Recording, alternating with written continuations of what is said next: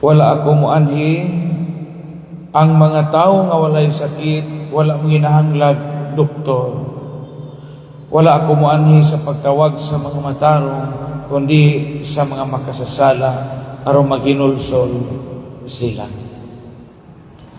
Makita nato sa Ebanghelyo karon nga kining sa nato bisag unsa nga matang sa paghatag usab kini nato og sakit sa kalag. Kay man dinhi ang mga tawo nga walay sakit wala mong ginahanglan og doktor. Sa pag-giisip gihapon ang usa ka tawo nga nagumon sa kahimtang sa sala, giisip gihapon sa tugidong Kristo nga usa ka masakiton. Mabitaw nga seremonya sa hilog, sa rito, sa hilog sa masakiton. Ang giampo nato dili lang healing of body, but also healing of spirit. Kaayuhan sa kalag o kaayuhan sa lawas.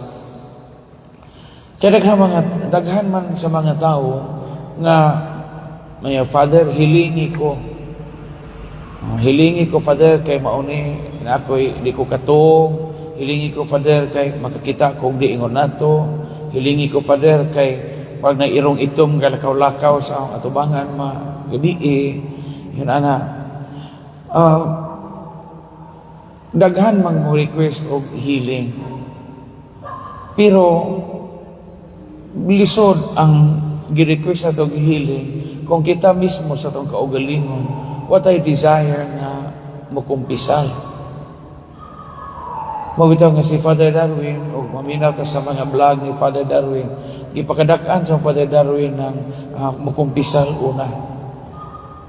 Aron ang healing atong madawat dili lang healing sa lawas kundi healing usab sa kahag o sa espiritu. Sa Ebanghelyo karon ay giisip nga makasasa, dayag nga makasasa nga giayo ni Jesus. Kunya giuli pa jud ni Jesus sa iyang estado isip usa ka tawo nga dunay bili. Si Levi nga matod sa mga magtutuon sa Biblia, inganlan man ni Mateo, San Mateo kanang gasuhat sa Ebanghelyo, ebangelista. Giisip ang mga kobrador sa buhi sa panahon ni Jesus nga mga makasasa og dili angay nga ikauban tungod kay sila mga tikasan atong panahon. Pero og nakabantay ta karon pag-ingon ni Jesus na sunod nako, hingtindog si Mateo, hingsunod dayon sa Ginoo og nausab iyang kinabuhi. So ang tinuod nga healing po sa atong kinabuhi, mausab ang atong kinabuhi. Munib bikil usahay, wani hagit sa nato ning usab pagpuyo og kinabuhi sigon sa kabubuton sa Dios. Kay pananglitan mangumpisal ta kay Kwaresma. Mangumpisal po mi mga pari, mangumpisal pud mo kay Kwaresma. Inighuman sa hatag og penitensya, hagit nato nga unta katong atong mga gipangumpisal dili na mautro o dili na magbalik-balik. Total transformation. Parehas ni Mateo ba? Kobrador mong buhis, ikasan atong panahuna, niya usahay, iyang pasumbrahan ang buhis, niya kubrahon. Pag-ingon sa Ginoo sunod nako, gibisaan ni sa tanan. Kuha na nga siya manghipo sa isang mga nakulikta nga mga buhis, diya sa iyang customs post, sunod siya sa Ginoo. Pag sunod niya sa Ginoo, nautro ang iyang kinabuhi. So di paigo nga mo yun taga anak kakumbisal na magkukaron kay si Manasanta naway kabag-uhan sa ato nga kaugalingong kinabuhi. Importante ang gitawag o conversion. Mubito ng uban, labi na dito sa Katedral sa Tagbilaran sa una, ngay mga deboto, sakto ko po nilang gihimo, kada adlaw mangumpisal. Tibuok tuig, kada adlaw mangumpisal. Unang may kadaas patrumi sa una sa hapon mangumpisa. Naglingkod ana, kaila naman kay kada adlaw man. Biksyon ni ako pa kay ako nakasala mo yun ko usahay. Mao gihapon.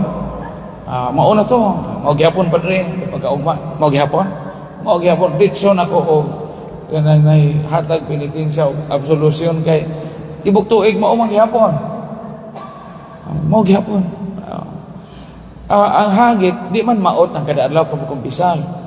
Pero ug kada adlaw ka mukumpisal unja pagkaugma kay baw kang ikumpisal na po na nimo kay mo gihapon imo sa gapatanto kag 5-6 niya pagka Domingo ikumpisal na po ka mo gihapon gapa tihap ko kwarta pa der 5-6 hantod tibok buwan imong gikumpisal maura jud nang gapa 5-6 ka wa gihapon toy silbi piskay og miyon kag kumpisal ko pero pador aho na jud ang undangon sunod tuig ang gapa 5-6 uy kay dako adyo og maka luoy sa mga tao hinahinay na ko 2% na ko pader sunod 1% pader ana kay di man mahimo ang conversion og way kausaban o nga si Mateo karon pag yung sinusunod na ho nausab tanan ilang kinabuhi mao ba nihagit nato og sa may kausaban nato labi na kanong adlaw karon sa Kwaresma sa may butang ang murag nausog sa atong kinabuhi